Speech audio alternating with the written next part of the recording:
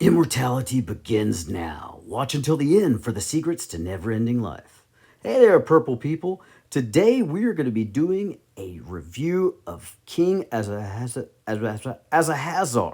or Purple Demon, as the genius behind the marketing at Four Horsemen pointed out to the Purple Gang. So yeah, now we got to get a bunch of them. His bio reads, as a callous ruler of the Netherrealm, the Demon King Azahazzar was a nightmarish legend feared by all. It was only when the dark god Poxxus summoned him into the world of mythos that the nightmare became all too real for those on the mortal plane.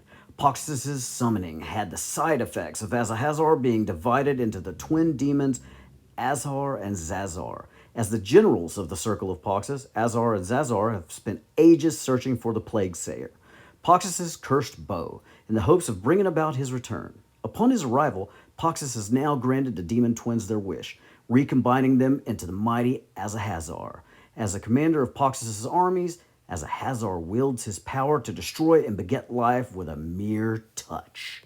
Now, it's time for the next step. You must try fusing his Super Saiyans.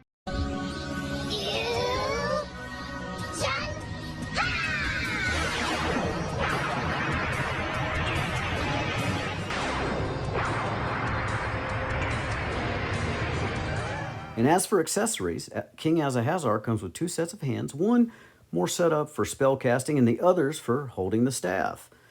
In addition to that, he has the two magic spell effects of green fire that can be attached at the wrist, and we can't forget that amazing staff that detaches into two pieces. And on his body, of course, he has the two pauldrons that are very ornate, as well as the Poxxus belt going around his waist. And you can't forget those Jesum soft goods, purple throughout. Purple gang, baby. Now, I did notice as I was placing the weapon into Poxxus's hand and moving him about, the construction of the figure, it is a bit of a softer plastic, but not in a bad way. You know, I didn't feel like I had to break my own finger trying to get a weapon into his hand, which, you know, typical of past ogre scales, it could be a bit difficult to get him in there. And as to articulation, this guy is very movable, very posable. You know, I heated him up, of course, and, you know, just like that, he's all over the place, wiggling, dancing. He's ready for it all. There's a whole lot can be done with this Poxxus, and in my opinion, he moves better than, you know, a lot of the previous ogre figures. You know, Four Horsemen keeps getting better with each wave, you know. It's just what they do, right? Well, I know myself, like a lot of people, were really anticipating this figure. You know, finally you get the culmination of the twin demons brought together as one underworld king, and, you know, it's certainly no disappointment. He is very formidable, moves very well, and he's just going to be a great addition to anyone's collection.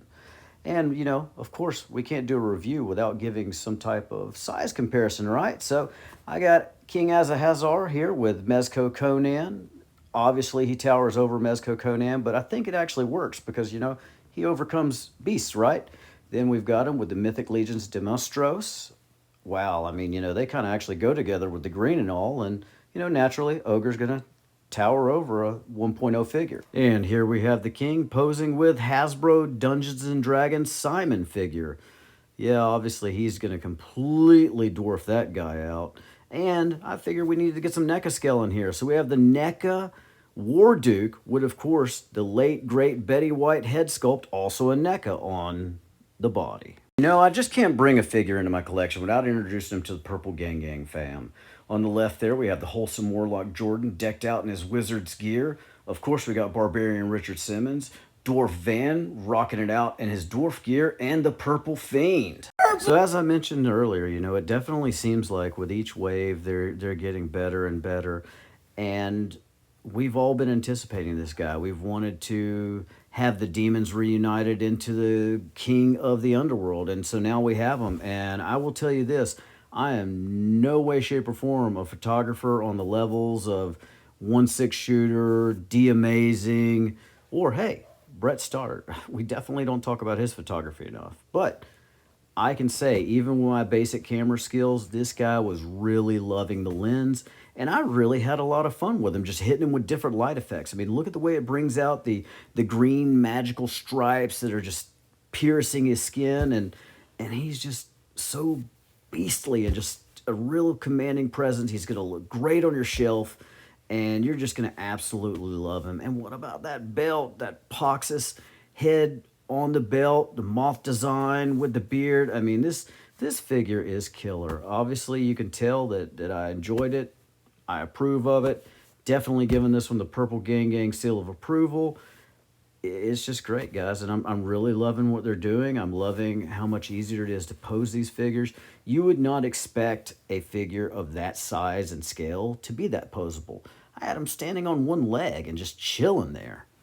So, you know, that's about all I got for this Purple Gang review of King Azahazzar. Thanks for tuning in.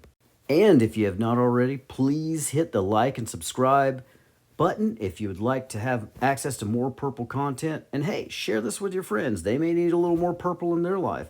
And definitely join us every Saturday night at 9 p.m. Eastern for the Purple Gang live stream. We look forward to seeing you there. Purple! Purple Gang.